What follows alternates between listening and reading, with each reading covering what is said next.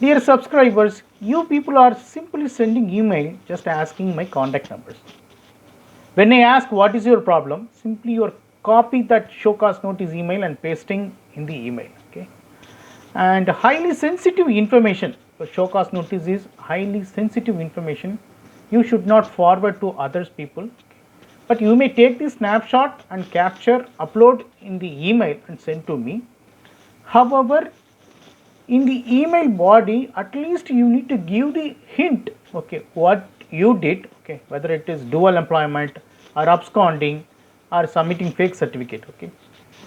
If you share simply email, I need to spend more time in your email actually to investigate.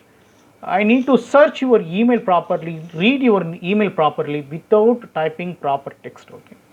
Try to elaborate your issues clearly over the email so that it will be very easy to interact with you, okay.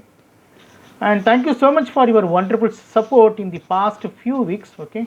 I'm getting wonderful views in the YouTube, okay. Thank you so much for that, which means many people are sharing my videos, and hope, thank you so much for giving your great support, okay. Have a wonderful day. Take care. Bye bye.